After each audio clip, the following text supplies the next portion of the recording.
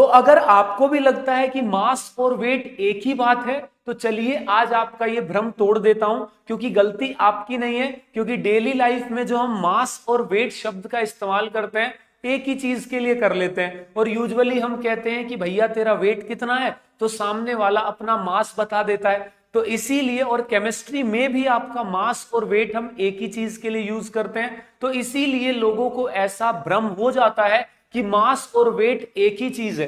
लेकिन ऐसा नहीं है, क्योंकि फिजिक्स आपको वास्तविकता के पास लेके जाती है और आपको ये बताती है कि मास और वेट दो अलग चीजें हैं। तो चलिए आज की इस वीडियो में हम समझते हैं कि मास और वेट में आखिर डिफरेंस क्या है।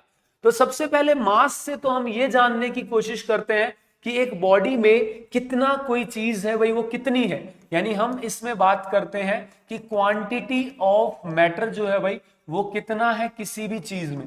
तो क्वांटिटी ऑफ मैटर पता लगाने के लिए जी मास है आपका।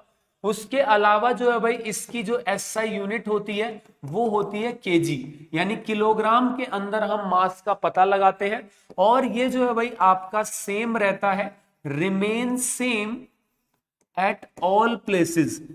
अगर आप किसी भी टाइम पे जो है भाई मास मेजर करोगे, ठीक है, तो वो आपका जो है भाई सेम वैल्यू देगा हर जगह पे उस टाइम पे। यानी आपने इसका मास यहां निकाला 10 ग्राम आया, तो आप इसको कहीं भी ले जाओ यूनिवर्स में, इसका मास 10 ही ग्राम होगा। इसमें जो क्वांटिटी ऑफ मैटर है वो 10 ग्राम ही होगी।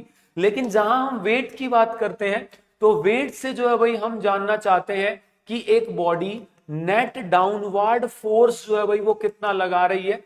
यानी आपका मान लो कि मैंने एक यहां सरफेस पे इस बॉडी को रखा है, तो ये नेट डाउनवर्ड फोर्स कितना लगा रही है, यानी नीचे की तरफ इसके फोर्स की वैल्यू क्या है। और आपको भी पता है कि फोर्स की वैल्यू होती है मास इनटू एक्सेलरेशन। यानी अगर ये बॉडी नॉर्मली रखी हुई है तो इस F की वैल्यू mg होगी। लेकिन आप खुद से ये सोच सकते हो कि अगर इसको कोई ऊपर से दबाए तो क्या इसकी एक्सेलरेशन जी ही रहेगी? नहीं भाई, तब तो बढ़ जाएगी। या फिर कोई इसको नीचे से वापस पुश कर दे तो क्या जी रहेगी? नहीं भाई, बदल जाएगी।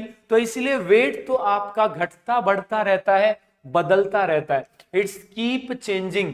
ये जो है भाई बदलता रहता है आपका, जैसे जैसे कंडीशन बदलेंगी बदलता रहेगा। और उसके अलावा अलग अलग जगह ले जाएं तो तब भी ये आपका बदलता है, यानी it vary from place to place. अगर हम और किसी फैक्टर को कंसीडर ना करें, सिर्फ हम कहें ग्रेविटी के अंदर निकाल रहे हैं, तो ग्रेविटी के अंदर वेट का फॉर्मूला हो जाएगा भाई फोर्स के बराबर, यानी mg। तो जहां जहां g बदलेगा वहां वहां वेट भी बदलेगा। यानी g की वैल्यू घटेगी तो जी क्या है यहाँ पे? एक्सेलरेशन ड्यू टू ग्रेविटी, ठीक है, उसे g बोलते हैं। तो यहां पे भाई जैसे जैसे g बढ़ेगा वेट भी बढ़ेगा, जी घटेगा तो वेट भी घटेगा। यानी अगर यहां पे आपका वेट जो है भाई वो 600 न्यूटन है, तो आप अगर चांद पे चले जाएं तो वहां जी की वैल्यू अर्थ से सिर्फ 1/6 होती है, तो यहां आपका वेट, वहां आपका वेट सिर्फ 100 न्यूटन होगा।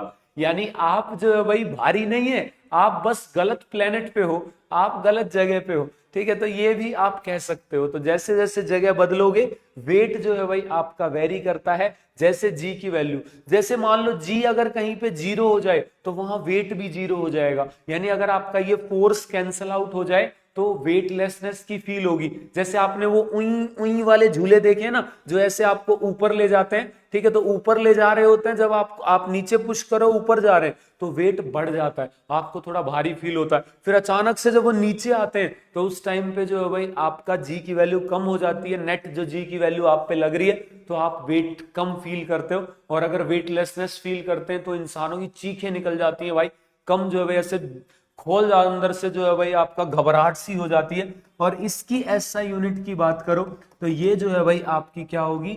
न्यूटन होगी, यानी वही जो फोर्स की होती है, ठीक है। तो इस बात का आपने ध्यान रखना है। तो यहां पे कई लोग तो वेटलेसनेस यानी 0 वेट फील करने के लिए आपका बंजी जंपिंग, स्काई डाइविंग, ऐसी चीजें जो है भाई वो करते हैं, काफी थ्रिल वाली चीजें हैं जो भाई। तो आई होप आप वेट और मास में डिफरेंस फाइनली समझ गए होगे। दोनों जो है भाई सेम नहीं है। तो अगली बार कोई आपसे वेट पूछे तो अपने मास को 9.8 से मल्टीप्लाई करके थोड़ा सा फ्लेक्स कर सकते हो, ठीक है। चलो, ऑल द वेरी बेस्ट।